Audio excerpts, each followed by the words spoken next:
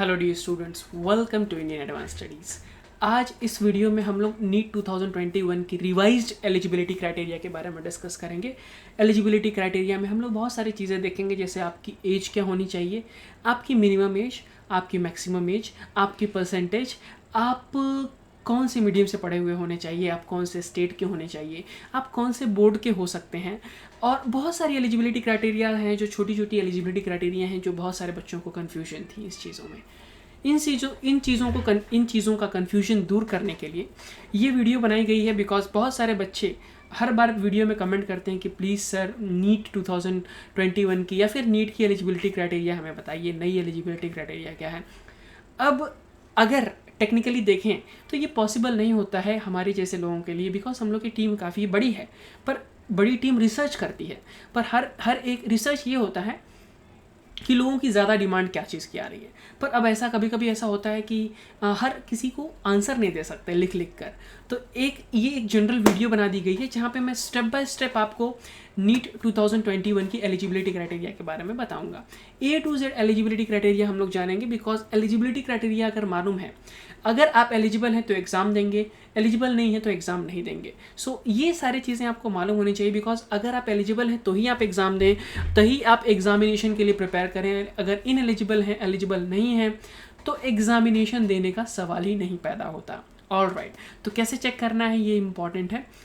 एक मेथड को यूज़ करेंगे, बिकॉज हम लोग के पास डॉक्यूमेंटेशन है। डॉक्यूमेंटेशन से हम लोग रिसर्च करेंगे, थोड़ा सा एनालाइज करेंगे, और उस एनालाइजेशन के पार्ट से हम लोग पहुंचेंगे एंड तक कि क्या एग्जैक्ट एलिजिबिलिटी क्राइटेरिया है।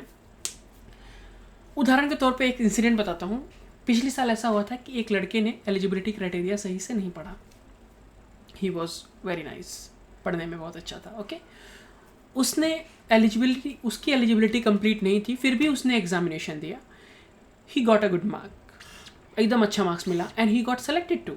But at the time of the counselling उसका जब डॉक्यूमेंट वेरिफिकेशन हुआ, वो उसमें नॉन क्वालिफाइड हो गया, जस्ट बिकॉज कि वो एलिजिबल नहीं था। उसने गलत इन्फॉर्मेशन एंटर कर दी थी फॉर्म भरते वक्त, पर फॉर्म भरते वक्त आपका वेरिफिकेशन नहीं होता है, आपका वेरिफिकेशन होता है एडमिशन लेते वक्त, काउंसलिंग के वक्त। तो उस टाइम अगर कोई गलती निकलती है आपकी, तो उस टाइम पे ही आपको रोक दिया जाएगा, और आपकी इतनी देर की मेहनत, इतना प्रिपरेशन, इतना एंथुजियाज्म, ये जो इच्छाएं थी आपकी, सब की सब चली जाएंगी। तो ऐसा ना हो आपके साथ, इसलिए ये वीडियो बनाया जा रहा है जहाँ पे मैं स्टेप बाय स्टेप बताऊंगा। तो कैसे सर्च करना है ये इंपॉर्टेंट है, सो दैट हम लोग सही तरीके से सही इन्फॉर्मेशन पाएंगे। आपको क्या करना है, किसी भी ब्राउज़र में google.com ओपन करना है, और वहाँ पे आपको लिखना है नीट 2021, और उसके आगे आपको लिखना है IAS पेपर। IAS पेपर एक एक्सक्लूसिव वेबसाइट है जहाँ पे नीट 2021 से रिलेटेड हर एक इन्फॉर्मेशन आपको मिलती है। तो आप इसे सर्च करेंगे। जैसे ही आप इसे सर्च करेंगे, यहाँ पे आप देख सकते हैं नीट 2021, और यहाँ पे लिखा है IAS paper. Exactly this is what we are looking for. आप इस पर क्लिक करेंगे।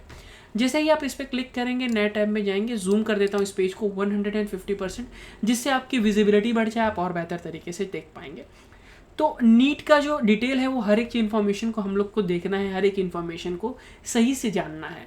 उससे पहले बता दूं, यहाँ पे नीचे आना है आपको, और यहाँ पे आप देखेंगे नोटिफिकेशन, इंपॉर्टेंट डेट्स, एप्लीकेशन, कैसे फॉर्म भरना है, application, correction, admit card, answer key result, rank predictor, college predictor, cut off. उससे पहले बता दूं, ये जो सामने आपके फॉर्म है, ये one of the most important form है। आप इस फॉर्म को इंस्टेंटली भर दीजिए।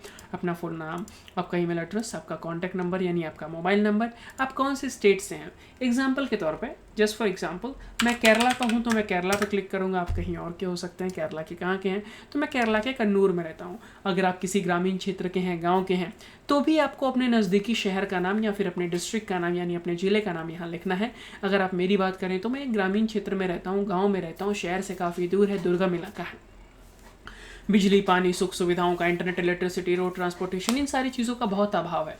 इतनी सारी परेशानियां होने के बावजूद भी कोशिश करता हूं कि आपके लिए बेहतर से बेहतर वीडियोस दे सकूं। तो कौन से कोर्स में आप इंटरेस्टेड हैं, अब नीट में इंटरेस्टेड है तो डेफिनेटली आप मेडिसिन हेल्थ केयर सेलेक्ट करना है आपको, MBBS BDS में हो सकते हैं, और हाईएस्ट क्वालिफिकेशन 12th लिख के गेट फ्री काउंसलिंग पे क्लिक करना है। उसके बाद क्या होगा, नीट से रिलेटेड जो भी अपडेट्स होंगी, छोटी से छोटी और बड़ी से बड़ी, आपको ईमेल और SMS के जरिए फ्री ऑफ कॉस्ट मिलती रहेंगी, और अलग अलग यूनिवर्सिटीज़, अलग अलग कॉलेजेस, अलग अलग इंस्टीट्यूशन से आपको ऑफर्स आते रहेंगे कि आप चाहें तो उनके पास एडमिशन ले सकते हैं। तो गेट फ्री काउंसलिंग पे आपको क्लिक करना है। तो यहाँ पे जैसे ही आएंगे तो ये इस पेज को बुकमार्क कर लीजिए, रेगुलरली चेक करते रहिए, बिकॉज एप्लीकेशन वगैरह, रिजल्ट, एडमिट कार्ड, काउंसलिंग, हर एक चीज़ आपको इसी पेज पर मिलने वाली है। तो यहाँ पर नीचे आना है हमें, और जैसे ही नीचे आएंगे हम लोग, यहाँ पर आप देखेंगे एक सेक्शन है एलिजिबिलिटी क्राइटेरिया। ये है एलिजिबिलिटी क्राइटेरिया का सेक्शन। इस पे आपको क्या करना है, ब्लू रंग दिख रहा है, इस पे राइट क्लिक करके क्लिक इन न्यू टैब कर देना है। उससे पहले बता दूं, यहाँ पे देखिए, अब यहाँ पे कुछ जनरल एलिजिबिलिटी, नेशनलिटी की बात करें तो अगर आप PIO, NRI, OCI, Indian national है या फॉरेन नेशनल है, सब के सब लोग नीट में एडमिशन लेने के लिए मेडिकल और डेंटल कॉलेजेस में अप्लाई करने के लिए एलिजिबल हैं। कश्मीर स्टूडेंट्स की जो कश्मीरी स्टूडेंट्स हैं उनके लिए are allowed to participate in 15% all India quota only through basis of self declaration, यानी एक सेल्फ डिक्लेरेशन देना है और आप ऑल इंडिया 15% कोटा में अप्लाई कर सकते हैं।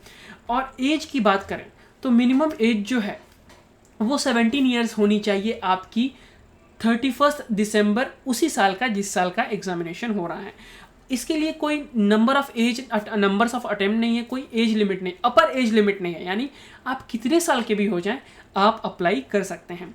अब बात कर लेते हैं मैंडेटरी क्वालिफिकेशन की, यानी क्वालिफिकेशन आपकी क्या होनी चाहिए।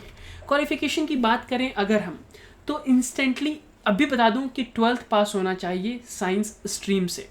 साइंस स्ट्रीम आपको मालूम है 3 स्ट्रीम होते हैं, आर्ट्स, कॉमर्स और साइंस। तो साइंस स्ट्रीम का स्टूडेंट होना चाहिए। मैंडेटरी सब्जेक्ट्स की बात करें तो केमिस्ट्री, क्वालिफाइंग एग्जामिनेशन में केमिस्ट्री, फिजिक्स, बायोलॉजी या बायोटेक्नोलॉजी मैंडेटरी है। इंग्लिश भी चाहिए, मैथमेटिक्स नहीं रहेगा तो भी चलेगा, पर फिजिक्स, केमिस्ट्री, बायोलॉजी ये इंपॉर्टेंट है। बायोलॉजी या बायोटेक्नोलॉजी ये इंपॉर्टेंट है, इंग्लिश भी ज़रूरी है।